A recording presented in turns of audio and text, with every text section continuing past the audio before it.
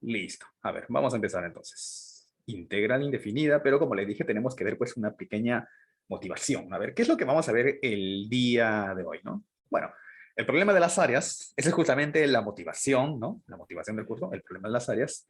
Y el concepto de la integral indefinida, que va a ser un concepto bastante simple, además no es nada del otro mundo, ¿ah? Pero quiero centrarme más en esto, el problema de las áreas, ¿de acuerdo? Quiero centrarme más en el problema de las áreas. A ver, ¿y cuál es el problema con las áreas, profe?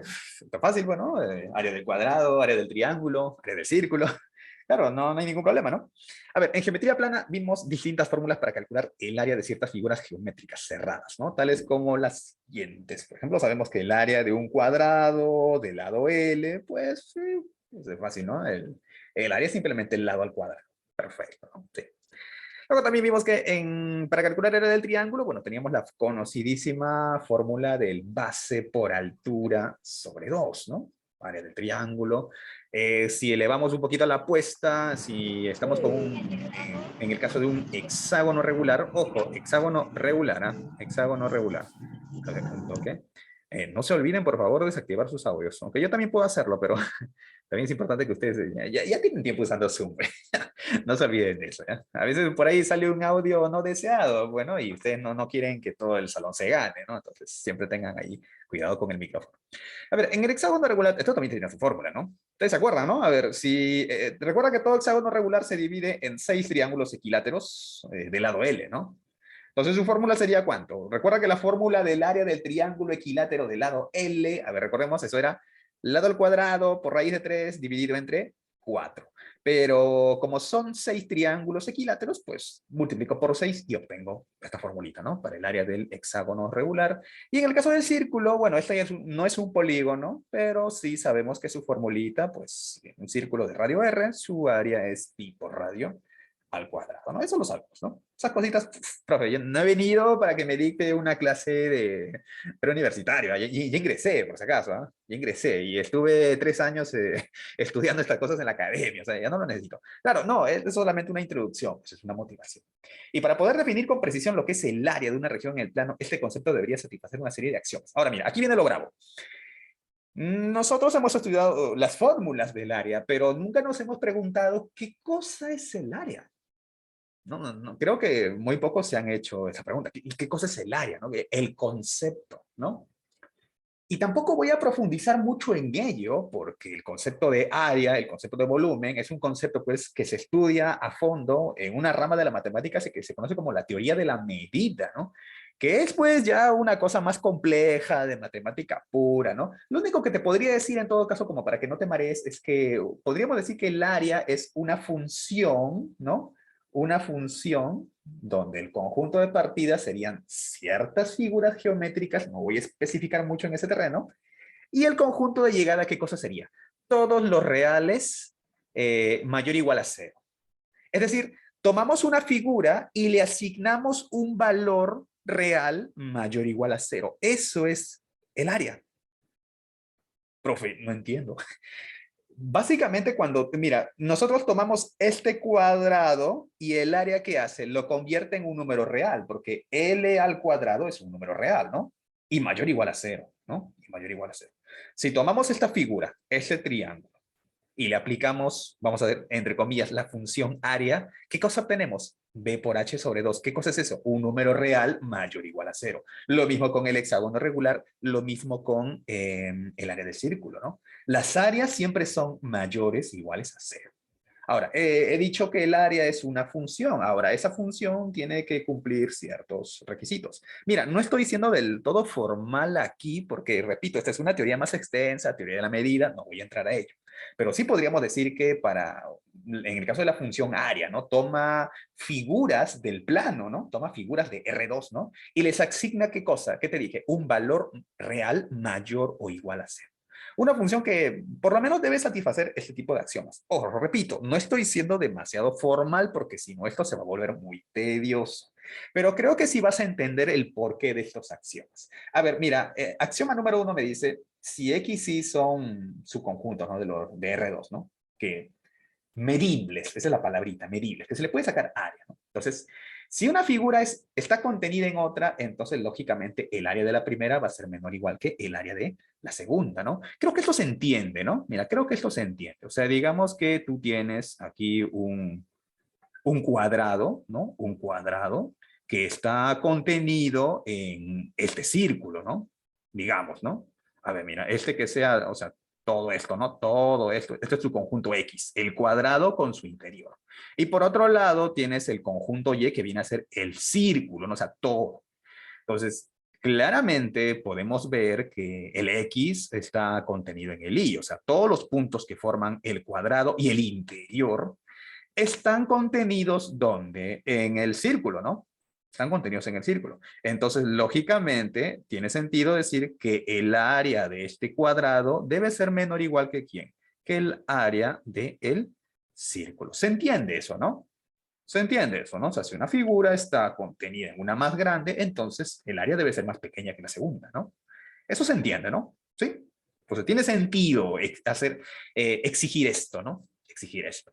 Otra cosa que también debemos darnos cuenta es lo siguiente, ¿no? ¿A qué cosa sería el área de la unión de dos figuras? Bueno, área del primero más área del segundo menos el área de la intersección, ¿no?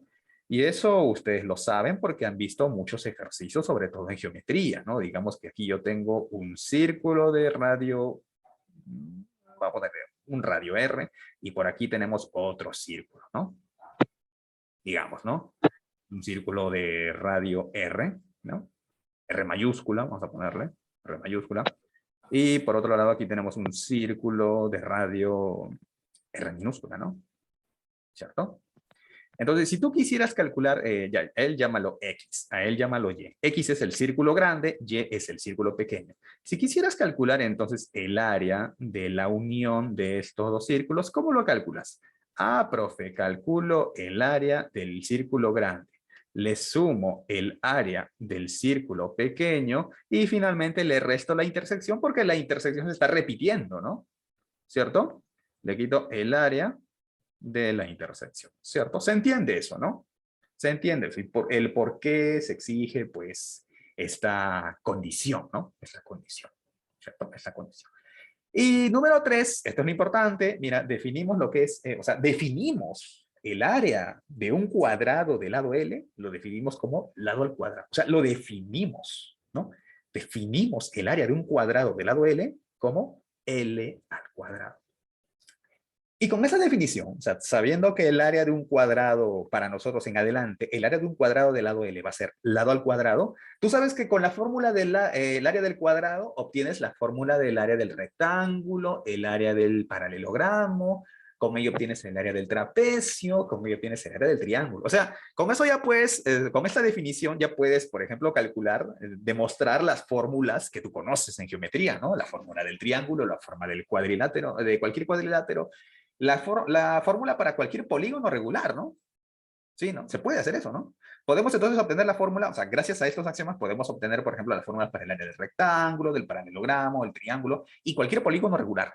Ahora, acá lo puse como a manera de observación, porque quiero hacerles una pregunta a ustedes. ¿Y cómo harían para el área del círculo? ¿Cómo calcularían, cómo me demuestras tú que el área de un círculo de radio R es pi por radio al cuadrado? ¿Tienes ya las herramientas actuales para poder demostrar esto? ¿Qué dicen ustedes? ¿Tienen o no tienen las herramientas para eso? ¿Los escucho o los leo? ¿No? ¿No? ¿Seguros? ¿Ya han hecho límites, ah? ¿Ya han hecho límites? A ver, ¿cómo lo hizo Arquímedes? ¿Y cómo lo hizo Arquímedes? Una aproximación con límites. Claro, mira, no es tan complicado en realidad, ¿ah? No es tan complicado. Pueden usar así facilito, sale usando teorema del sándwich. Por ejemplo, ustedes recuerdan cómo se calcula el área de un polígono regular, ¿no? El área de un polígono, hay una fórmula para el área de un polígono regular. Claro, yo recomiendo que usen la fórmula, a ver, recuerda que todo polígono regular se puede dividir en triángulos, ¿no? En triángulos isósceles, ¿cierto? Digamos, si se trata de un polígono de n lados, estarás de acuerdo conmigo, ya, estos son iguales, ¿no? Estarás de acuerdo conmigo en que su ángulo central sería, en radianes, ¿ah? 2pi sobre n, ¿no? Decidir su ángulo central. Este sería L. Este es, vamos a llamarle los lados iguales, ¿no? Llámale si quieres R. Esto se puede escribir en términos de N, ¿no? Esta longitud, ¿no? Se puede escribir en términos de R.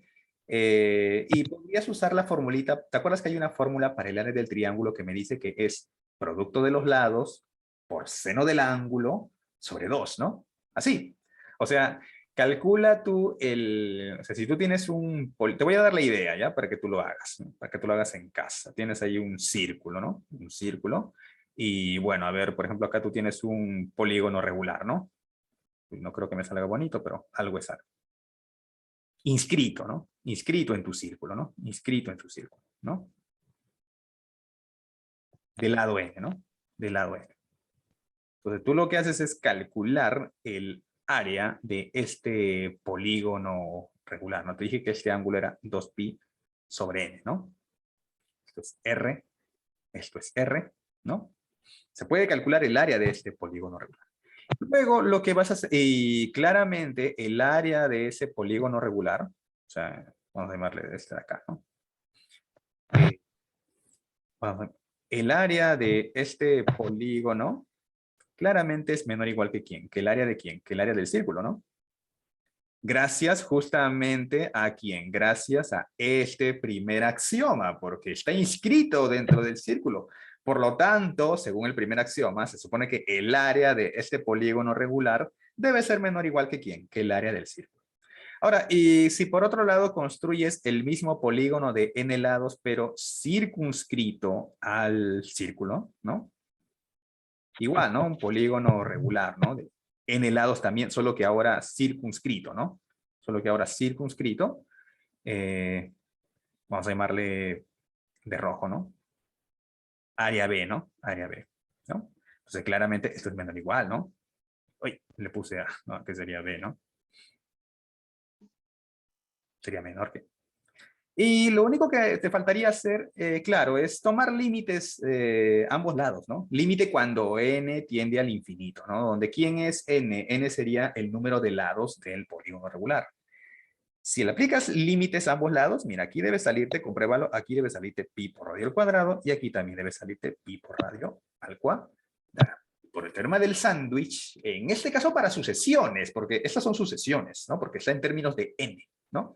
Pero es igualito, el teorema del sándwich también funciona para sucesiones, de ahí llegas a la conclusión, pues que el área del círculo también debe ser igual, necesariamente, tiene que ser igual a pi por radio al cuadrado, ¿ya? O sea, sí tienen las herramientas para demostrarlo, ¿eh? No me digan que no, sí tienen las herramientas, ya han hecho límites, polígonos regulares lo han hecho en geometría en geometría del C, sí han hecho, entonces sí, sí tienen las herramientas, ¿no? Sí tienen las herramientas. Solo que aquí surge un pequeño detalle, ¿no? Sin embargo, ¿qué tal si queremos determinar el área, pero ya no de una región así conocida, geométrica, básica, ¿no? Sino, por ejemplo, como lo que vamos a colocar a continuación, ¿no? Mira, si queremos determinar el área de una región, como por ejemplo la que se encuentra encerrada por el eje X, mira, la gráfica de la función cuadrática f de x igual a x cuadrado y la recta x igual a 1. Profe, ¿qué región es esa? Bueno, sería esta de acá, pues. Esta de acá, esta región, esa región. ¿Cómo entonces nosotros podríamos determinar el área de esa región? Por poner un ejemplo, ¿no? Entonces ya ahí la cosa se complica porque ahí nosotros no tenemos una fórmula, ¿no? Para poder hallar tal cosa, ¿no? No tenemos una fórmula conocida, ¿no? Debe haber entonces algún mecanismo. A ver, ¿cómo lo haríamos? A ver, ¿cómo abordaríamos este problema? Nosotros actualmente tenemos algún método para resolver este problema. Sí lo tenemos, ¿ah? Mire, lo vamos a hacer. Sí lo tenemos. Sí lo tenemos. Lo vamos a ver a continuación, ¿no? Mira, en este caso no tenemos una fórmula a primera vista, ni podemos deducir una fórmula a partir de la fórmula para el área del cuadrado. ¿Ya? Entonces, ¿de qué forma se puede obtener entonces el área, no? Podemos hacer lo siguiente. Mira, podemos aproximar dicho valor, el área, ¿no? Tomando n rectángulos de área. Mira, mira, a ver, voy a poner primero la figura. Ahí, mira. Este es el área que nosotros queremos calcular. Ya, lo que voy a hacer es, voy a generar, ¿qué cosa? N rectángulos que tengan la misma base. ¿ya? ¿Y cuál va a ser la base de estos rectángulos? Mira, como todo este intervalo de 0 a 1, tú sabes que aquí hay una longitud de 1, ¿no? Este intervalo tiene longitud 1. Si lo divido en n partes iguales, entonces cada uno de estos pedacitos va a tener ¿cuánto de base? 1 entre n, ¿no? 1 entre n, ¿cierto? Eso es lo que voy a hacer. Mira, voy a dividir el intervalo de 0 a 1, lo voy a dividir en n partes iguales y cada una de esas partes va a ser la base de un rectángulo. Ahora, esas bases, ya te dije, ¿no? Tienen una longitud 1 entre n.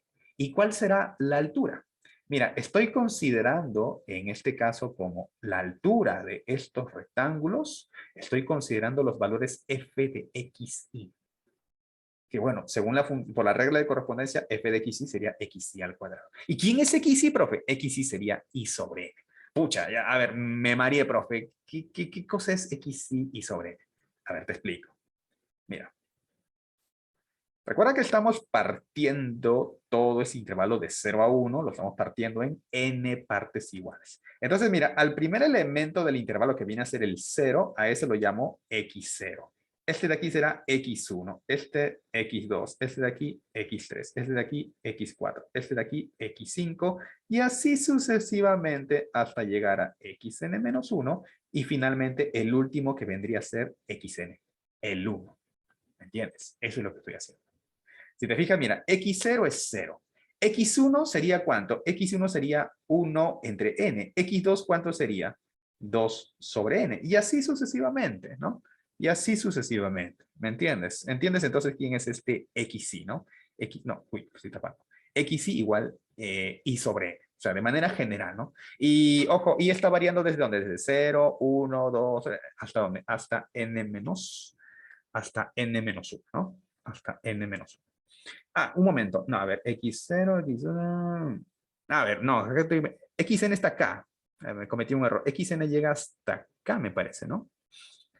A ver, sí. A ver, xn sería... No, xn... Ah, no, está bien, pues, ¿no? Sí, estoy distrayéndome. Xn es 1, está bien, ya, estamos bien. Ya. O sea, mira, podríamos nosotros formar rectángulos debajo de la parábola, ¿no? Es una parábola, ¿no? Debajo de la parábola. Formo rectángulos, todos que tienen la misma base, aunque las alturas no son las mismas, obviamente, ¿no? Las alturas van siendo cada vez un poquito más grandes, ¿no? Tenemos entonces lo siguiente, ¿no? Mira, se supone, mira, como todos estos rectángulos, ojo, la unión de todos estos rectángulos están incluidos, están dentro del área A, ¿no? El área que encierra la parábola, el eje X y la recta X igual a 1. Por lo tanto, por el primer axioma, se supone que la suma de todas estas áreas, como todos estos rectángulos están dentro de la región más grande, son parte del todo, entonces el área de todos esos rectángulos, la suma de todas las áreas de estos rectángulos debe ser menor o igual que el área A, ¿cierto? Debe ser menor o igual. Ahora, ¿y cómo se calcula el área de un rectángulo XY? Bueno, recuerda que el área de un rectángulo es base por altura. Recuerda que la base es 1 entre n y la altura, ¿quién es? La altura es f de xy, que en este caso sería xy al cuadrado, la regla de correspondencia de esta función. Sería y sobre n al cuadrado por 1 sobre n. Eso es menor o igual a. Ahora, ustedes han hecho sumatorias, ¿ah? Ustedes sí han hecho sumatorias, ¿no? A ver, acá la mayoría son ingeniería y me parece que sí hicieron el tema de sumatorias, si no me equivoco, ¿no? Entonces, no debe haber problema acá. ¿Ah? Mira, en esa sumatoria, el contador, ¿quién es? El contador es i. El n no pinta nada aquí. El n es como si fuera una constante, entonces lo puedo... Eventualmente la voy a sacar, ¿no? Y sobre n al cuadrado, bueno, te quedaría i al cuadrado sobre n al cuadrado. Pero 1 sobre n cuadrado, con este 1 sobre n, pues queda 1 sobre n cubo. Ahora, este 1 sobre n cubo lo puedo sacar y solamente me quedaría entonces trabajar esta sumatoria, que si recuerdas, esta es la suma de los naturales, ¿no? Ah, bueno, aunque está empezando en 0, ¿no? Está empezando en 0, ¿no? Está empezando en 0. O sea, a ver, esta suma, a ver, sumatoria de i igual a 0, n menos 1 de i cuadrado, que sería así, ¿no? Sería 0 al cuadrado, más 1 al cuadrado, más 2 al cuadrado, más 3 al cuadrado. ¿Así hasta dónde? ¿Quién sería el último? El último es n menos 1 al cuadrado, ¿cierto? Pero como él es 0, Mira, solamente me quedaría esta sumatoria, ¿no? ¿Y esta sumatoria qué cosa es? Es la suma de los cuadrados de los primeros n-1 cuadrados, ¿no? ¿Y te acuerdas cuál era la fórmula para los n cuadrados, ¿no? ¿Te acuerdas que era así, no? N por n más 1 por 2n más 1 sobre 6. Solo que en este caso no es hasta n, es solamente hasta n menos 1. Y por lo tanto la fórmula sería así, ¿no? Sería n menos 1 por su sucesor, luego sería por 2 veces n menos 1 más 1. Y esto te queda así, pues, 2n menos 1. ¿Sobre quién? Sobre 6. Pero recuerda que había un n cubo afuera, ¿no? 6 sobre n cubo. Mira, entonces tenemos que esta área siempre va a ser mayor o igual que n menos 1 por n por 2n menos 1 sobre 6 n cubo. Ojo, y esto es para un valor n arbitrario, ¿no? Para cualquier, o sea, puedo dividir en cuantas partes iguales a mí me plazca y esta desigualdad siempre se va a mantener, ¿no? Hasta ahí estamos de acuerdo, ¿no? O sea, no importa n, no importa qué tan grande sea n, siempre se va a mantener esta desigualdad, ¿no? Siempre se va a mantener esta desigualdad. ¿De acuerdo? Muy bien. A ver, ya un ratito vamos a borrar esto. Ya, vamos a borrarlo todo. Ya. Mira, entonces tenemos esta desigualdad, voy a llamarle 1. Ya, mira, tenemos por un lado esta desigualdad, ¿no? Tenemos por un lado esta desigualdad. No es difícil notar que mientras más rectángulos agreguemos, mira, aquí está la clave, ¿eh? Mientras más rectángulos nosotros agreguemos, es decir, si n es cada vez más grande, recuerda que n vendría a ser, en la práctica vendría a ser el número de rectángulos en los que vamos a dividir, ¿no? El intervalo 0 a 1, ¿no? Entonces, conforme el n es cada vez más grande, el valor de la sumatoria se irá acercando cada vez más al valor de a. Claro, porque conforme tú haces estos rectángulos con una base cada vez más pequeña, entonces como que vas generando, mira, por ejemplo, si lo hacemos, a ver, ya,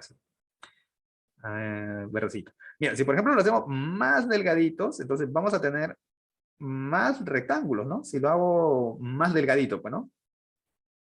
Más rectángulos, ¿no? Así, así, uy, me salió feo. Así, así. O sea, no sé si te das cuenta, pero como que vamos a cubrir, vamos a rellenar más, ¿no? Vamos a rellenar más, ¿no?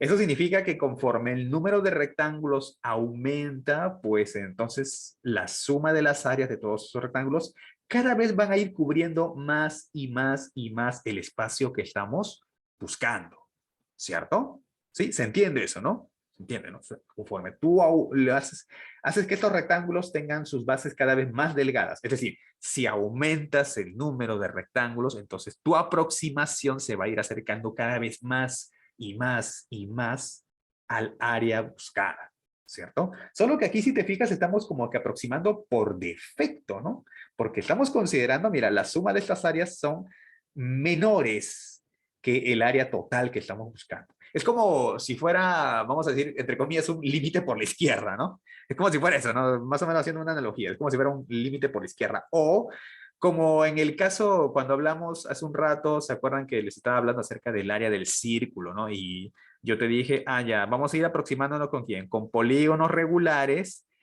inscritos en el círculo, inscrito, ¿no? Y luego, ¿qué hicimos? Acto seguido, después de trabajar con el inscrito, luego, ¿qué hicimos? Ah, profe, luego usted dijo, ahora vamos a trabajar con circunscritos, ¿no? O sea, que sea así, ¿no? O sea, que sobrepase, ¿no? Al área del círculo, ¿no? ¿Recuerdan, no? Ya, eso les dije. Ya, algo similar vamos a hacer aquí, pues. Algo similar vamos a hacer aquí. Ya lo hicimos, entonces estamos aproximando por defecto. Ahora, ¿qué pasa por exceso?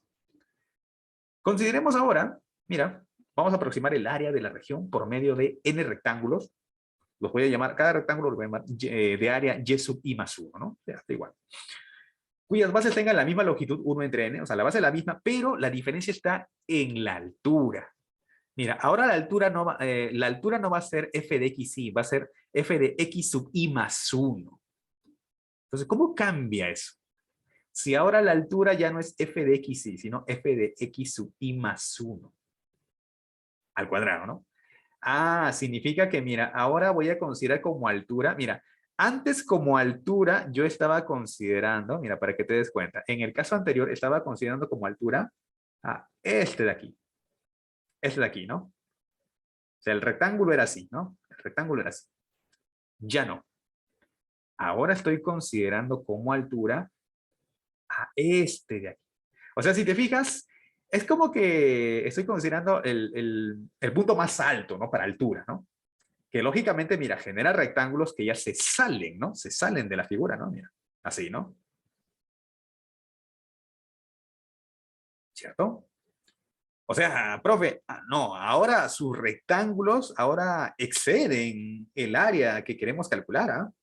O sea, la suma de todos estos rectángulos, la suma del área, de las áreas de todos estos rectángulos, superan al área que estoy buscando.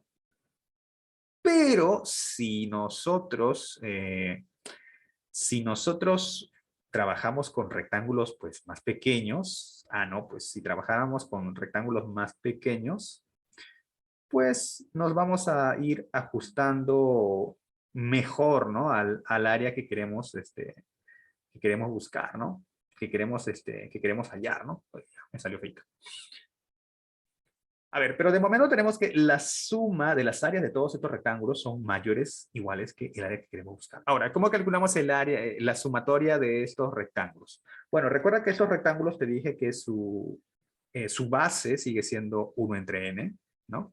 La base de esto es 1 entre n. Uy, no, muy grueso. Eh, Esto es 1 entre n, este lado también es 1 entre n, 1 entre n, 1 entre n. Eso no cambia, ¿no? ¿Y quién es la altura? La altura, ¿qué cosa es? F de x sub i más 1, ¿no? O sea, mira, para que quede claro, ¿no? Mira, por ejemplo, aquí está xi, acá, ¿no? Xi. Y esta es la altura, pues esto es f de x, perdón, i más 1, ¿no? Aquí está f de x i más 1. Aquí está f de x i más 1, ¿no?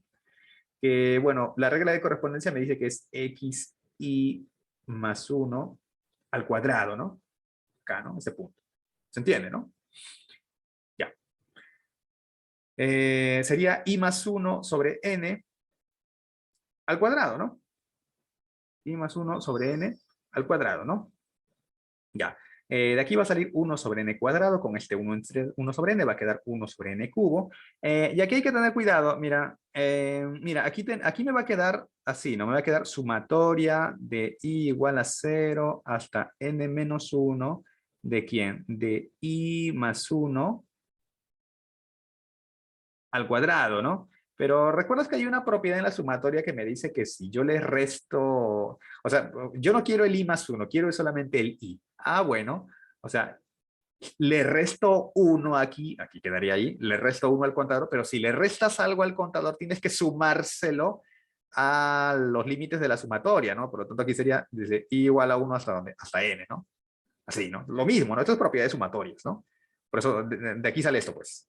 De aquí sale esto, ¿no? Y tú ya sabes que la sumatoria de los primeros, de los cuadrados, de los primeros naturales, eso ya, también ya lo sabes, ¿no? Eso sería n por n más 1 por 2n más 1 sobre 6. Bueno, acompañado de n cubo, ¿no? Y esto es mayor o igual a a. Mira, ya tenemos una segunda desigualdad, ¿no? Una segunda desigualdad. Y nuevamente recordar que si yo aumento el número de rectángulos, ¿no?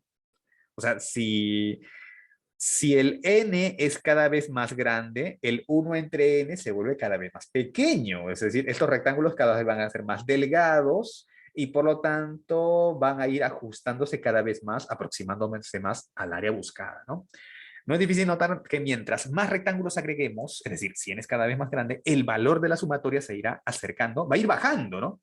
Va a ir bajando, ¿no? Conforme el n crece, el valor de esta sumatoria va a ir bajando, bajando, bajando, bajando, pero sin bajar tanto o sin bajar por debajo de A, ¿no? Siempre va a ser mayor o igual a A, ¿no? Entonces, mira, teníamos dos desigualdades, ¿no? Teníamos dos desigualdades que ahora las vamos a juntar, ¿no?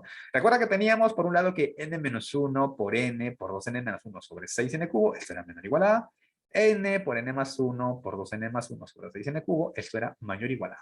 Mira, esto lo puedes considerar como si fuera una sucesión, porque recuerda que n no es un número real, n es un número natural. Por lo tanto, eso lo podemos ver como una sucesión, la sucesión a sub n. Por este lado tenemos la sucesión b sub n. Tenemos que a sub n es menor o igual a es menor o igual a b sub n. Pero también resulta que si tú le calculas límite a esta sucesión cuando n tiende al más infinito, es fácil de ver. Esto te va a quedar un tercio. ¿Ustedes se acuerdan? O sea, no creo que todos hayan hecho sucesiones. A ver, ¿han hecho sucesiones?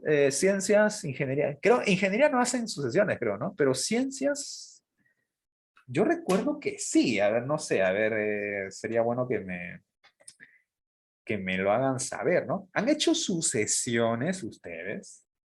Porque si no han hecho, lo van a hacer ahora, entonces, ¿ah? Que yo recuerde, en ingeniería creo que van a hacer sucesiones ahora, me parece. A ver, no estoy del todo seguro, sería cosa de... Me olvidé de revisar el sílabus. ¿No han hecho sucesiones? Bueno, en todo caso, por ahora, en todo caso, lo que deben saber es que la gran mayoría de resultados que ustedes encontraron para límites también funciona para sucesiones.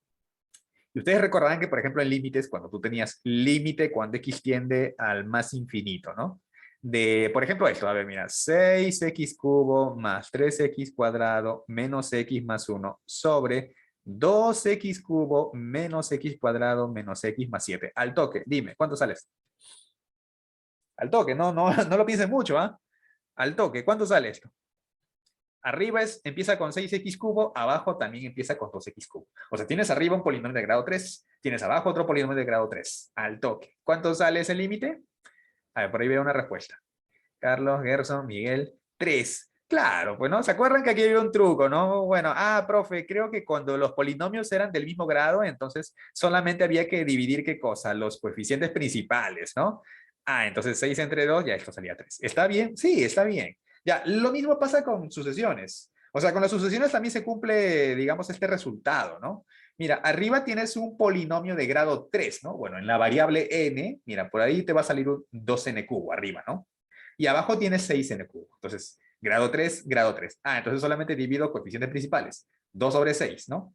2 sextos. Y bueno, y eso es un tercio. Aquí también, ¿no? Mira, aquí cuando tú multipliques el numerador, pues por ahí va a aparecer 2n cubo. No importa el resto. Y abajo tienes 6n cubo. Entonces, como son de grado 3, divides 2 entre 6, pues de ahí te sale también 2 sextos, ¿no? Y eso es igual a un tercio. Entonces, el límite en el lado izquierdo sale un tercio. El límite en la sucesión del extremo derecho, pues también sale un tercio. Teorema del sándwich, ¿no? Teorema del sándwich, pues sí, sale, tendríamos como resultado entonces que este valor A, el área que estamos buscando, sería ¿cuánto? De un tercio, ¿no? Sería de un tercio. Bueno, profe, entonces sí se puede, ¿no? Entonces estamos bien, ¿no? Ya podemos calcular el área de cualquier... No, mucho cuidado. Mira, aquí hemos tomado un ejemplo concreto que era una función cuadrática, ¿no? La función x cuadrado básica, ¿no? Entonces pareciera resuelto el asunto, ¿no? Para cualquier función, pareciera, ¿no? Pero, ¿y qué pasa si la función es continua en su dominio? Por poner un ejemplo. Aquí, en este caso, hemos tenido que utilizar la sumatoria, ¿no? Esta sumatoria, ¿no? K igual a 1 hasta n, ¿no? Hemos usado, que lo conocemos, ¿no? Que lo conocemos. ¿Y por qué salió una sumatoria con cuadrados? Porque, bueno, era una función cuadrática. Pero yo te pregunto, ¿y qué tal si en vez de x cuadrado, en vez de la función cuadrática, hubiéramos considerado, por ejemplo, la función f de x igual, no sé, seno de x. Así, desde 0, a ver, para no hacerlo tan complicado, de 0 hasta pi medios. Me parece entonces que al momento de calcular la sumatoria nos hubiera quedado, pues, de repente algo como esto, ¿no? ¿Y esto a qué es igual? ¿A qué es igual esta sumatoria? Y si no fuera profe, pero no, yo me acuerdo que si había una fórmula para sumatoria de senos, ¿ah? Ya, bajo ciertas condiciones sí algo se puede hacer, pero a ver, ¿y si ahora pongo esto? Mira, ya con esto te mato, ¿ah? Ya, ¿y qué hacemos con esto? Igual, ¿no? El mismo dominio, de 0 hasta pi medios. Ya, ¿ahora qué hacemos? ¿Ahora qué hacemos? A ver, ¿qué vas a hacer acá? A ver, mira, en tu sumatoria te va a aparecer algo así como sumatoria de xy por seno de xy. ¿Te das cuenta entonces que la cosa se complica, ¿no? Por no decir pues que ya se torna casi imposible, ¿no? No, profe, o sea, acá nos ha salido bonito y como que a veces uno, como que te creces uno, me ha salido, ya está, ya le hice, ya soy un capo, soy un dios. Claro, porque hemos trabajado con una función sencilla, una función creciente. Eso, mira, que sea creciente ayuda bastante, ¿ah? Una función creciente, es continua, la función x cuadrado, ¿no? Es continua, ¿no? Conocida, desencadena una sumatoria que conozco, pero estamos viendo con algunos ejemplos, pues, que eso no va a funcionar. O sea, esta técnica que hemos utilizado ahorita no va a funcionar para cualquier función, ¿no? Pero se supone que debe haber alguna herramienta que me permita a mí encontrar el área debajo de cualquier función, ¿no? O sea, si digamos yo tengo así, ¿no? Una función cualquiera f, me imagino que debe haber una herramienta, a ver, una función, digamos, definida, ¿no? Desde a hasta b. Y, profe, yo quiero creer, quiero soñar, ¿no? Que hay alguna forma, pues, de calcular esta área, ¿no? Desde A hasta B. ¿Hay una forma para cualquier función? Bueno, tanto como para cualquier función, no. Esta función f debe cumplir ciertas condiciones, ¿ya? Y esas condiciones, esa condición, pues, se le conoce como condición de que la función sea integrable. Ahora, ¿y qué cosa es que una función sea integrable? Bueno, o sea, eso ya se va a explicar pues, más adelante, cuando ustedes avancen con el tema llamado sumas de Riemann, ¿no? Sumas de Riemann. Ahí ya le van a explicar cuáles son las condiciones que debe cumplir una función para poder encontrar el área debajo de ella, ¿no? Limitada pues desde la recta x igual a hasta la recta x igual a b. Hay condiciones, no son tan extremas, no son tan complicadas, ¿no? Pero hay condiciones para... Una de ellas podría ser, mira, una bien sencilla es que la función sea continua. O sea, por ejemplo, si la función es continua en el intervalo que va desde A cerrado hasta B cerrado, entonces sí, se puede calcular. Ahora, la pregunta es, ¿y de qué forma? O sea, ya, bacán, sabemos que se puede, pero la pregunta es, ¿y cómo? Ah, entonces ahí es donde surge pues esa herramienta conocida como la integral definida, ¿no? Profe, pero se supone que hoy día no vamos a hacer la integral definida, se supone que hoy día vamos a hacer la integral indefinida. Sí, pues, hoy día tenemos que avanzar con lo que es la integral indefinida, ¿no? Pero mira, de momento nos quedamos con esto, ¿no? El problema general no está resuelto por el momento, ¿no? De momento no. Pero más adelante volveremos a estudiar este problema, o sea, el problema del área, ¿no? Bajo la gráfica de una función, ¿no? Y volveremos a estudiar este problema y su conexión con el concepto que definiremos a continuación. ¿Y qué concepto vamos a definir ahora? Bueno, el concepto de la integral indefinida, para empezar, ¿no? Profe, ¿y qué cosa es la integral indefinida? Vamos a ver. Primero sería bueno que recorremos unas cosillas elementales, ¿no? Recuerdan que cuando tú tienes dos funciones, digamos, diferenciables, ¿no? En un dominio, ¿no? Un dominio A, ¿no? Son diferenciales. ¿Qué podemos decir de ambas funciones si sabemos que sus derivadas son iguales? O sea, para todo x que pertenece a f' de x es igual a g' de x. A ver, si dos funciones, sus derivadas siempre son iguales, entonces, ¿eso qué significa? ¿Que las funciones son iguales? ¿Se acuerdan? Esto era un teorema, ¿no? Entonces, ¿se acuerdan? Este es un teorema, ¿no? ¿Qué pasa si la derivada de dos funciones son iguales en todos sus puntos, ¿no? Todos sus puntos son iguales. Entonces, ¿eso significa necesariamente que las funciones son iguales? No, ¿verdad? Este creo que lo llamaban el teorema de la función constante. Ah, no, el teorema de la... No, esa es otra cosa, creo, ¿no? Creo que no tenía nombre, ¿no? No me acuerdo bien, creo que no tenía nombre, ¿no? Pero sí recordarán ustedes que si dos funciones, sus derivadas son iguales, a ver, vamos a poner aquí como para recordar, ¿no? Si dos funciones, sus derivadas son iguales, entonces esas funciones difieren ¿en qué? Difieren en una constante, ¿no? Difieren en una constante. O sea que si la derivada de f es igual a la derivada de g en todos sus puntos, ¿ah? En todos sus puntos, entonces f de x menos g de x es igual a C. O también podríamos decir que f de x es igual a g de x más una constante, ¿no? Más una constante. O sea, la diferencia entre dos funciones cuyas derivadas son iguales es simplemente una constante, ¿no? Una constante, ¿cierto? Eso era un resultado, me parece que era un corolario del teorema de Role. Creo que sí, ¿no? Era un corolario, sí, creo que me acuerdo. Era un corolario del teorema de Role, ¿no? El teorema de Role. Bueno, vamos a definir nosotros lo que es el concepto de la antiderivada de una función. Entonces aquí es donde uno piensa, ah, profe, ¿es cierto eso de que la integral es la inversa de la derivada? Bueno, no exactamente, ¿eh? No exactamente, ¿ya? No es del todo exacto eso, ¿ya? A ver, vamos a definir lo que es la antiderivada de una función f. Mira, dada una función f minúscula, tal que existe, ¿no? F diferenciable tal que la derivada de f mayúscula es f minúscula, entonces diremos que f mayúscula es una antiderivada de f, ¿no? O sea, es como el inverso, por así decirlo, ¿no?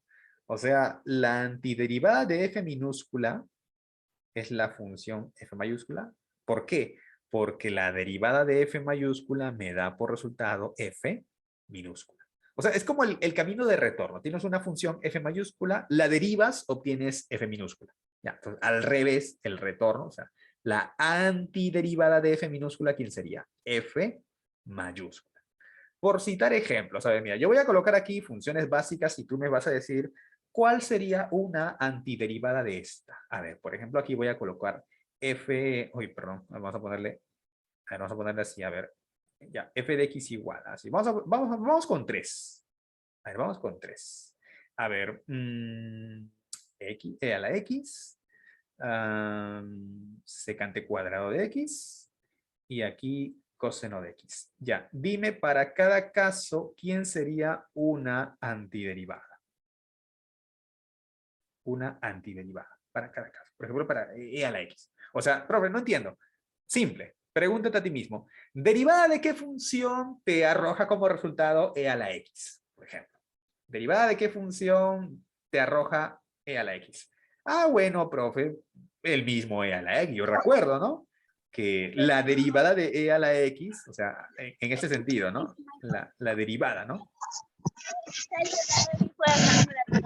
Si yo le aplico la derivada, pues sí, ¿no? Derivada de e a la x es e a la x. Ya, está bien. ¿Derivada de qué función me sale secante cuadrado? ¿Derivada de quién? A ver, traten de recordar, bueno. O sea, acá no hay una fórmula, es recordar los resultados de las derivadas básicas, ¿no? Ah, profe, ya me acordé, ya me acuerdo, mi cálculo va. Yo me acuerdo que la derivada de tangente de x, la derivada de tangente era secante cuadrado, ¿no? Y para que me dé coseno, ¿derivada de quién me salía coseno? ¿Derivada de quién me salía coseno? Ah, profe, tan fácil, ¿no? Seno de x, ¿no? Porque derivada de seno me salía coseno de x. ¿Me entiendes? O sea, la antiderivada sería pues el camino de regreso de la operación derivada, ¿no? Que no es lo mismo que decir que es su inversa, no es del todo exacto, ya no es del todo. ¿Y sabes por qué te digo que no es del todo exacto? Porque mira, ustedes me dijeron e a la x, pero yo pude haber dicho, oye, pero puede verse también e a la x más 1. Tú aquí me dijiste tangente de x, pero no pudo haber sido solo tangente de x, pudo haber sido tangente de x más raíz de 3. Tú aquí en el último me dijiste, profe, una antiderivada sería seno de x, pero no solo seno de x, podría haber sido seno de x más pi, ¿no? También, ¿no? También serían, ¿no? También serían antiderivadas, ¿no? O sea, la antiderivada de una función no es única, ¿no? La antiderivada de una función no es única. De hecho, podríamos decir entonces que son infinitas, ¿no? Que son infinitas. Pero podríamos representarlas a todas ellas como de esta forma, ¿no? O sea, de forma general, o sea, si queremos generalizar a toda la familia, la podríamos escribir así, ¿no? E a la x más una constante, ¿no? Esto podríamos escribirlo como tangente de x más una constante, ¿no? Voy a ponerle constante rayita para no confundir con la anterior. Y aquí también pude haber colocado seno de x más otra constante, ¿no? ¿Te das cuenta, no?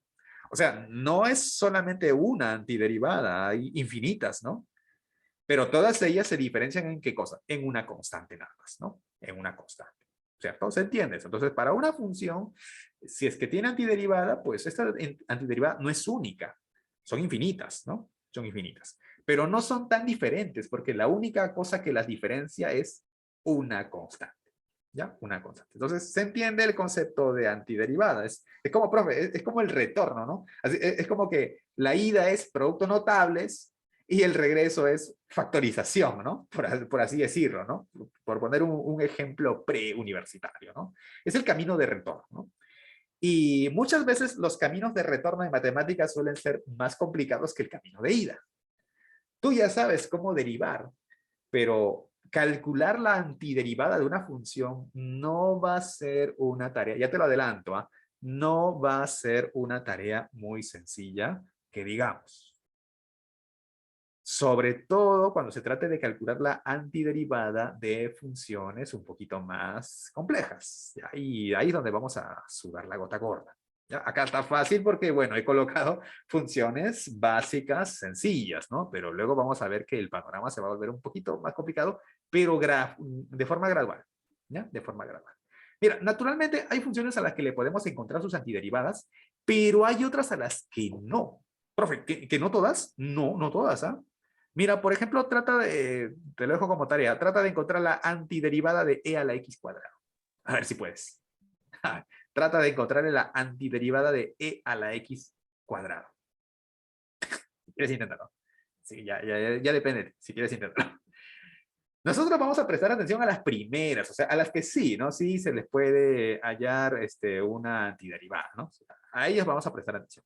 Ahora, una función, ya lo dijimos, puede tener infinitas antiderivadas, ¿no?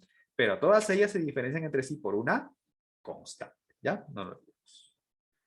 A ver, entonces, si se ha entendido este concepto y tienen más o menos claro también el concepto de la derivada, que, bueno, deben tenerlo más o menos fresco, no ha pasado mucho tiempo de que ha acabado su ciclo, ¿no?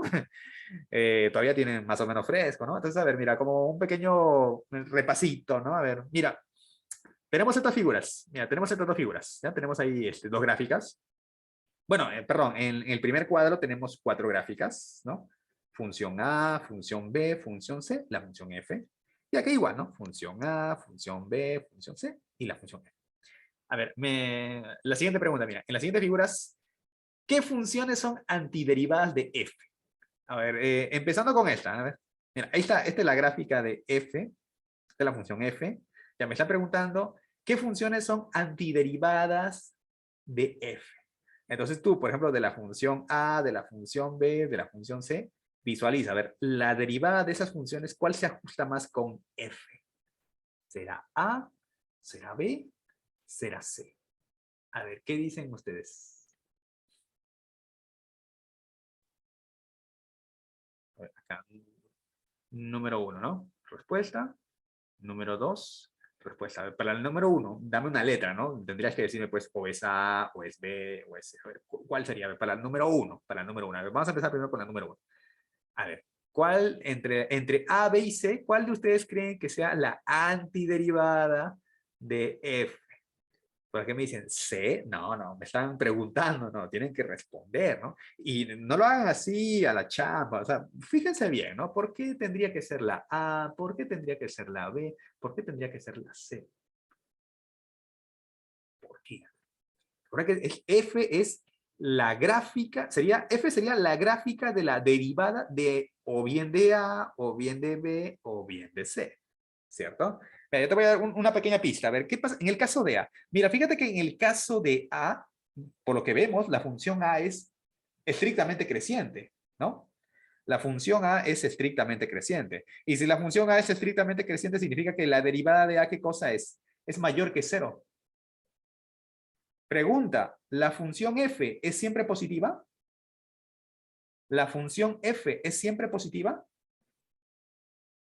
Yo creo que no, ¿ah? Positivo es recién a partir de acá, ¿no? Este tramo de la función f es positiva. Aquí tengo un tramo negativo. Eso significa que una porción de la antiderivada debe ser creciente y luego, perdón, debe ser decreciente, porque aquí es negativo, y luego debe ser creciente. O sea, tengo que buscar una función, una de las antiderivadas debe ser, en un tramo inicial debe ser creciente, ¿no? Perdón, decreciente, y luego creciente. A ver, A siempre es creciente, así que A está descartado. C es creciente y luego decreciente. No, yo quiero al revés. Ah, me parece que es la B, ¿no? Me parece que es la B, ¿no? Mira, hay un tramo que es decreciente y mira, si te fijas, ese tramo decreciente justo llega hasta acá, ¿no? Hasta acá me parece, ¿no? Mira, decreciente. Y justamente la gráfica de F es negativa justo hasta este punto, ¿no? Y luego la gráfica se vuelve positiva porque luego a partir de ese punto la función B, ¿qué cosa es? Es creciente. Entonces, la respuesta para el número 1 sería beso, ¿no? Beso, ¿no? Beso sería la respuesta, ¿no? Está claro eso, ¿no? Está claro eso. Ya, ahora sí quiero que lo hagan aquí ustedes, ¿ah? Y para la número 2, ¿cuál sería una antiderivada para la función f? Apliquen el mismo criterio que expliqué aquí, ¿ya? Igualito, el mismo criterio. ¿Quién sería? ¿Sería A? ¿Sería B? ¿Sería C? ¿Cuál sería? Sin champear, o sea, fíjense, a ver, yo veo que aquí la función f es positiva hasta este punto y luego se vuelve negativa. Eso significa que si f, que es la derivada, ¿no? Recuerda que f es la derivada, ¿no? Si aquí es positiva, significa que en este tramo, hasta este punto, la función debe ser creciente y luego decreciente. Tengo que buscar una función que sea creciente y luego decreciente. A ver, ¿cuál es creciente y luego decreciente? A ver, ¿la ves creciente primero? No, mira, la ves decreciente, ¿ah? No, mira, repito, a ver, mira. A ver, presten atención. Recuerda que f tiene que ser la derivada de la función que estoy buscando, ¿cierto? F debe ser la derivada de la función que estoy buscando. Y mira, f es la derivada. Y mira, veo que aquí en este intervalo, la función f, la derivada, es positiva, está en la zona positiva. Significa que primero la función debe ser creciente y luego aquí es negativa, por lo tanto luego la función será decreciente. Tengo que buscar entonces una función que primero sea creciente y ojo, debe ser creciente hasta este punto, ¿no? Hasta este punto. Y bueno, parece que la única que cumple, ¿quién es? Es la función A, ¿no? Es la función A, ¿no? Porque mira, la función, mira, justo a este punto, ¿no? Mira, a este punto más alto, ¿no? Hasta ahí es creciente y luego decreciente. Así que la respuesta sería la A. La función A sería una, no la única, ¿no? Pero sería una antiderivada de la función f, ¿no? Mira, un problema sencillo, ¿eh? De repente ahorita todavía un poco como que marea, ¿no? No lo capta mucho, porque creo que lo que he visto en los exámenes finales de cálculo 1, a ningún profe, creo que, a ver, corríjame si me equivoco, pero no recuerdo haber visto, al menos en los exámenes que ustedes me mostraron, una pregunta donde te diga, te doy la gráfica de una función, de la derivada de una función, ojo, te doy la gráfica de f', ¿no? O sea, de la derivada de f', ya, quiero que me des la gráfica de f. Creo que no he visto que hayan hecho, creo que no he visto que hayan hecho eso, ¿no? Me sorprendió porque otros años sí preguntan, hacen ese tipo de preguntas, ¿no? Me sorprendió que en esta ocasión, pues, no. Bueno, suele preguntarse eso, ¿no? Entonces tengan cuidado, ¿no? A veces a partir de la gráfica de la derivada de una función, pues tú tienes que más o menos hacer un esbozo de lo que es la gráfica de la función original. O peor, yo me acuerdo que en un examen de la UP le dieron como dato la gráfica de la segunda derivada de una función. Y con esa información me parece que te pedían la gráfica de la primera y de la función original. O sea, si creías que en la San Marcos, pucha, que son malvados, ¿no? Y seguramente en las particulares preguntan así 2 más 2. Oye, no, con todo cariño te digo, baja de la nube, ¿eh? No es así, ¿eh? No es así, ¿eh? No es como lo pintan, ¿eh? Uy, no, solo en las nacionales nos preguntan las rocas. No creas, ¿eh? Créeme, no es así, ¿no? No es así. La dificultad está pues en todos lados. Bueno, ya mira, ya con esto ya casi vamos a terminar. Mira, solamente ya queda definir lo que es, definir lo indefinido. O sea, voy a definir este concepto de lo que es la integral indefinida. Hasta el momento hemos definido lo que es una antiderivada de una función, ¿no?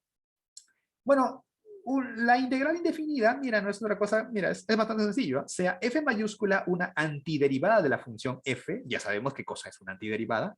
Mira, definimos la antiderivada más general, o también llamada integral indefinida de f a la función f mayúscula de x más la constante. Hace rato vimos, por ejemplo, cuando yo te pregunté si yo tengo la función f de x igual e a la x, tú me dijiste, profe, una antiderivada podía ser e a la x, pero yo te dije que podía ser e a la x más 1, pero también había podido ser e a la x más 3, o más raíz de 2, o más pi, o cualquier constante que a mí se me antoje, ¿no? Pero entonces, de manera general, nosotros podemos decir que la antiderivada que representa a toda la familia, la podríamos representar de esta forma, ¿no? la podríamos representar de esta forma. O sea, e a la x más la constante, ¿cierto? E a la x más la constante. Entonces, a la más general de todas las antiderivadas, a esa la denominamos la integral indefinida y la vamos a denotar con este símbolo, ¿no? Que es como una S más estilizada, ¿no? Luego vamos a ver por qué se usó la letra S para para lo que es la integración, ¿no? Porque tiene su explicación, ¿no? ¿Por qué la letra S, ¿no? Una letra S un tanto estirada, ¿no? Y se lee así, ¿no? La integral indefinida, ¿no? De f de x, d de x, diferencial de x, ¿no? Esto sería f mayúscula de x más una constante, ¿no? Eso significa, o sea, profe, si yo quiero saber quién es la integral de e a la x diferencial de x, bueno, sería quién? E a la x, pero más una constante, ¿no? ¿Quién sería la integral de coseno de x diferencial de x? Ah, bueno, pero eso sería, ¿quién? Seno de x, ¿no? Seno de x más otra constante, ¿no? Ya, vamos a poner constante 1, constante 2. Ya, un ultimito. A ver, integral de secante cuadrado de x diferencial de x. Bueno, a ver, ¿qué derivada te da secante cuadrado? Tangente, ¿no? Colocas tangente de x, pero más la constante. No te olvides, ¿no? O sea, profe, la integral indefinida simplemente es calcular la antiderivada y agregarle una constante. Sí, es eso. Calcular la antiderivada y agregarle una constante. Eso es todo. ¿Ya? Eso es todo el rollo. Mira, no hay nada más sofisticado, ¿no? No, en realidad. La integral indefinida de una función f no es otra cosa que la antiderivada más general de la función f minúscula. ¿Ya? Es simplemente eso. Y eso de más general es agregarle una constante. O sea, en la práctica es simplemente encontrar una antiderivada y agregarle una constante. ¿Ya? Simplemente eso. ¿Eh? Y bueno, tenemos que aquí mencionar cuáles son las integrales indefinidas de las funciones más básicas, ¿no? Por ejemplo, a ver, ¿qué cosa es integral de x a la n diferencial? ¿Cómo calculo la integral de x a la n? Bueno, ustedes recordarán que en el caso de la derivada, cuando tú querías calcular la derivada de x a la n, recuerdas el proceso, ¿no? La derivada de x a la n, profe, ya me acordé, me parece que era baja el n, escribo el x y le resto 1 al exponente. ¿Cierto? Así era, ¿no? La derivada. Entonces, para el retorno, a ver, si aquí lo que hacía era bajo el exponente y le sumo y le resto 1, entonces, ¿cómo sería al revés? Mira, al revés sería, mira, integral de x a la n, mira, le sumo 1 al exponente y luego ese resultado pasa no a multiplicar, sino a dividir. ¿De acuerdo? Mira, integral de x a la n, ¿no? Mira, le sumo 1 al exponente. Le puse aquí diferente de 1. Sí, corrección, corrección. Aquí es diferente de menos 1, ¿ya? Sí, gracias por la aclaración. Aquí es n diferente de menos 1, ¿ya? Diferente de menos 1, ¿ya? Acá un error, ¿ya? O sea, esta fórmula sirve para todo n a excepción de menos 1, porque acá no puede ser 0, ¿no? Acá no puede ser 0. O sea, esta fórmula, x a la n más 1 sobre n más 1 más una constante para la integral, es para todo exponente distinto de menos 1. ¿Ya? Distinto de menos 1. Me olvidé colocarle así. Es para todo n distinto de menos 1. Luego vamos a ver, porque para exponente menos 1 es un caso aparte. ¿Ya? Para exponente menos 1 es un caso aparte. ¿Ya? Entonces, así nosotros vamos a integrar potencias, ¿no? Potencias. Le sumas 1 al exponente y luego el resultado lo bajas a dividir. Integral de seno de x, bueno, eso sabemos que es menos coseno de x, ¿no? Recuerda, ¿no? Porque derivada de coseno es menos seno. Con este menos, pues ahí sale seno, ¿no? Integral de seno es menos coseno de x más la constante. No te olvides siempre agregarle constante. Integral de coseno, ¿quién es? Es seno más la constante. Integral de e a la x más la constante. Y aquí está, este es el caso aparte, ¿no? La integral de x a la menos 1, ¿no? Diferencial de x. Bueno, eso me da como resultado, lo pueden comprobar, logaritmo natural de valor absoluto de x más la constante. Yo sé que algunos lo ponen solamente como logaritmo de x, ¿no? Pero bueno, de manera general lo colocan con valor absoluto. ¿Ya? De manera general lo colocan como con valor absoluto. ¿Ya? Integral de secante cuadrado sería tangente de x más una constante. Integral de cosecante cuadrado me parece que sería menos, ¿no? Menos cotangente de x más una constante. Estas serían entonces las integrales de las funciones más básicas, ¿no? Iba a agregarle también las funciones las trigonométricas inversas, pero creo que por ahora está bien con esta, ¿no? Para empezar, ¿no? Conocer las integrales básicas, ¿no? Esto debe ser como mi tabla de multiplicar, pues, o sea, debe ser algo que tú debes conocer al derecho y al revés, porque van a venir y te van a preguntar por integrales más complicadas, pues, ¿no? Más complicadas, ¿de acuerdo? Entonces, esto debes manejarlo a la perfección. ¿Y esto cómo lo manejo a la perfección, profe? Si has aprendido bien tu derivación, entonces no vas a tener mucho problema pues, en recordar estas fórmulas, ¿no? Y otras propiedades adicionales que debo conocer acerca de la integral indefinida, ¿no? Eh, la integral indefinida es un operador, se llama así, es un operador lineal. Todo operador lineal cumple con estas dos proposiciones, con estas dos propiedades. Mira, es distributiva con la suma y la resta, es decir, integral de f más menos g de x, eso es, integral del primero más menos integral del segundo. Propiedad aditiva, así se le llama, ¿no? Y la propiedad número 2 me indica que si la función está afectada por un escalar, o sea, le estás aplicando la integral a una función que tiene un escalar, tú puedes sacar el escalar, ¿no? Puedes sacar el escalar y solamente integrar la función f de x de x. Profe, a ver, pregunta, profe, ¿por qué se pone diferencial de x al final? Mira, esto es un poco más complicado de explicar, porque esta notación, ¿no? Integral f de x, diferencial de x, es algo que en matemática superior se conoce como formas diferenciales, ¿no? O sea, esto tiene su significado, ¿no? Que bueno, en nuestro contexto, o sea, en un contexto de integral definida, o sea, ahorita estamos hablando de integral indefinida, pero un concepto de integral definida, o sea, cuando hay límites de integración, este d de x tiene un significado, ¿no? Recuerda que el d de x en las derivadas que representaba un incremento, ¿no? Recuerda, ¿no? En cálculo diferencial, ese d de x, el diferencial de x, pues, es un pequeño incremento, ¿no? En los valores de x, ¿no? ¿Cierto? Ya. Cuando veamos entonces el capítulo de integral definida, ahí vamos a ver entonces qué cosa es este d de x, ¿ya? Vamos a ver qué cosa es este d de x, pero eso ya lo vamos a ver en integral definida, ¿no? En integral definida, ¿de acuerdo? Ahí lo vamos a explicar de repente un poquito mejor. ¿Y por qué se le agrega a la integral indefinida? Bueno, recuerda que la integral, porque luego vamos a ver también qué conexión hay entre la integral indefinida, qué conexión hay entre la integral definida, ¿ya? Porque sí, necesariamente tiene que haber pues una conexión, pero eso se va a ver todavía un poco más adelante. A ver, por ahora, a ver, nuestras propiedades, a ver, ya sabes, ¿no? O sea, mira, esta propiedad número 1 me indica que si yo tengo una función que está compuesta por varios términos, ¿no? O sea, por sumas y restas, entonces, puedo integrar cada uno de ellos, ¿no? Por separado, ¿no? Puedo integrar cada uno de ellos por separado. Y la propiedad número 2 me indica que si mi función está afectado por un escalar, o sea, está multiplicado por un escalar, yo puedo sacar el escalar y solamente integrar lo que quede de la función, ¿ya? Son propiedades lineales, ¿ya? Así se llaman, propiedades lineales. Recuerda que esta propiedad también la cumple ¿quién? La derivada, ¿no? ¿Te acuerdas que la derivada de más menos f más menos g de x, ¿te acuerdas? ¿Esto qué cosa era? Derivada del primero más menos derivada del segundo, ¿no? ¿Se acuerdan, no? Y también se cumplió la segunda, ¿no? ¿Te acuerdas que la derivada de quién? De c por f de x, ¿te acuerdas? Saco la constante y solamente derivo la función, ¿no? ¿Se acuerdan, no? Ya, la integral indefinida cumple también con esas dos propiedades, ¿ya? Propiedades lineales, ¿ya? Cumple con ambas dos, ¿ya? Cumple con ambas dos, ¿correcto?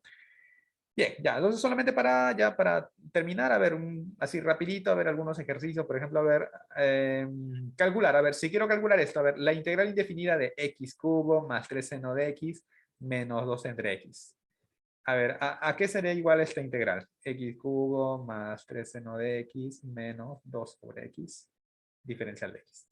Bueno, lo lógico sería, pues, profe, lo hacemos por partes, ¿no? A ver, podría primero calcular integral de x cubo, diferencial de x. Luego seguiría más. Mira, este 3 es una constante. Saco la constante y solamente integro ¿quién? Seno de x, diferencial de x, ¿no? Y por último, mira, menos 2 entre x, ¿no? Puedo sacar el 2 y quedaría integral de ¿quién? De diferencial de x sobre x. O sea, lo hago cada uno por separado, ¿no? Cada uno por separado. A ver, ¿cómo sería la integral de x al cubo? A ver, ¿cómo te dije que se integra una potencia? Te dije, mira, esta es integración, ¿ah? No es derivada, es integración. Entonces, para integración es al exponente le sumo 1, sería x a la cuarta, y este 4 pasa a dividir, ¿no? Pasa a dividir. Bueno, y saldría más una constante, ¿no? Luego, el otro. ¿Quién es la integral de seno? A ver, recordemos la tablita. Integral de seno era menos coseno, ¿no? Era menos coseno. Con este 3 era pues menos 3 coseno, ¿no? Menos 3 coseno de x más otra constante 2. Y finalmente aquí me queda menos 2 veces la integral del diferencial de x, ¿no? Sobre x. Y según la tablita, eso era ¿qué cosa? Logaritmo natural de valor absoluto de x más una constante 3. Pero bueno, se supone que si yo junto todas estas constantes, ¿no? Constante 1 más constante 2 más constante 3, pues eso va a generar como resultado una superconstante, ¿no? O sea que a las finales, mira, va a quedar así, ¿no? Va a quedar x a la cuarta sobre 4 menos 3 coseno de x menos 2 veces logaritmo de valor absoluto de x más una constante.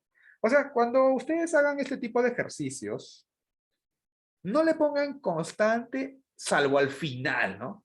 Al final solamente va a quedar una constante. Entonces solamente, a ver, integra acá, ¿no? Una antiderivada de x al cubo, x a la cuarta sobre 4.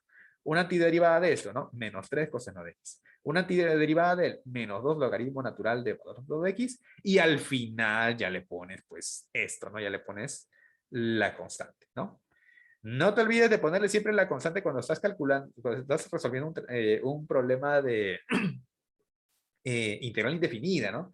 Mira, el profe malvado te puede bajar hasta 2 puntos por eso, por no ponerle al final la constante. ¿Ah? De verdad, son bien malvados, ¿ah? Así que no te olvides, ¿no? Cuando se trata de integral indefinida, siempre va a quedar pues una constante, ¿no?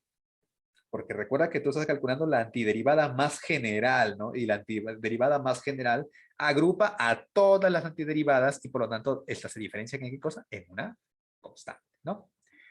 A ver, a ver, número 2, ya, ya con esto cerramos, este es el último. A ver, integral de 1 menos x a la 3 medios sobre 2 raíz de x. Uy, profe, está un poco más feo. ¿Ah? Bueno, vamos a separarlo, ¿no? Vamos a separarlo. Mira, podríamos escribir así. Integral de 1 sobre 2 raíz de x, ¿no? 1 sobre 2 raíz de x, diferencial de x, menos integral de quién. Mira, esto es x a la 3 medios sobre 2 veces raíz de x, pero raíz de x lo puedo escribir como x a la 1 medio, ¿no? Diferencial de x. A ver, acá, ¿podrías tú darte rápidamente cuenta quién es la antiderivada de 1 sobre 2 raíz de x? O sea, ¿la derivada de qué función me salía 1 sobre 2 veces raíz de x? Profe, me suena, me parece familiar. Sé que lo he visto antes. No estaba en su tabla, pero creo que sí es conocido. A ver, ¿se acuerdan? A ver, ¿derivada de quién me salía 1 sobre 2 raíz de x? ¿Derivada de quién me salía 1 sobre 2 raíz de x? Era raíz de x, ¿no? ¿Se acuerdan, no? ¿Se acuerdan que la derivada de raíz de x era 1 sobre 2 raíz? O sea, esta es raíz de x, ¿no? Esto es raíz de x, ¿no? Esta es raíz de x. Mira, no le pongo la constante. Ya te dije, la constante la vamos a colocar en el resultado final. Luego aquí tenemos menos, mira, este 2 puedo sacar como menos un medio, ¿no? Y te quedaría integral de quién, mira. X a la 3 medios sobre X a la 1 medio, eso sería X a la 2 medios. Pero X a la 2 medios es X, ¿no? Así nada más, ¿no?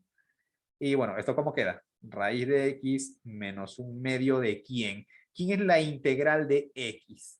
Bueno, la integral de X sería, como es X a la 1, sería X al cuadrado y luego este 2 pasa a dividir, ¿no? Ya lo hemos explicado varias veces, ¿no? Este 2 pasa a dividir, ¿no? Pasa a dividir. Y bueno, a ver, más la constante, pero ahí no acaba. Bueno, quedaría así, ¿no? Raíz de x menos x cuadrado sobre 4 más la constante. ¿no? Más la constante. Y listo. Ahí tienes entonces tu integral indefinida, ¿no? Ahí tienes tu integral indefinida. Entonces, en conclusión, ¿qué cosa es la integral indefinida? Es la antiderivada más general. Entonces, lo que tú tienes que hacer, pues, es encontrar la antiderivada de una función y luego al final asignarle una constante porque esa constante está representando a toda la colección, a toda la familia de antiderivadas, ¿ya? A toda la familia de antiderivadas.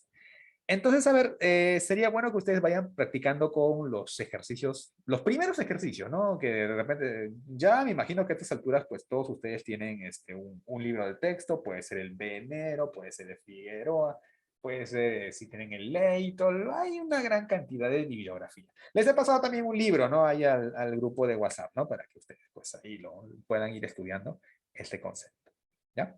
Este concepto de la integral indefinida.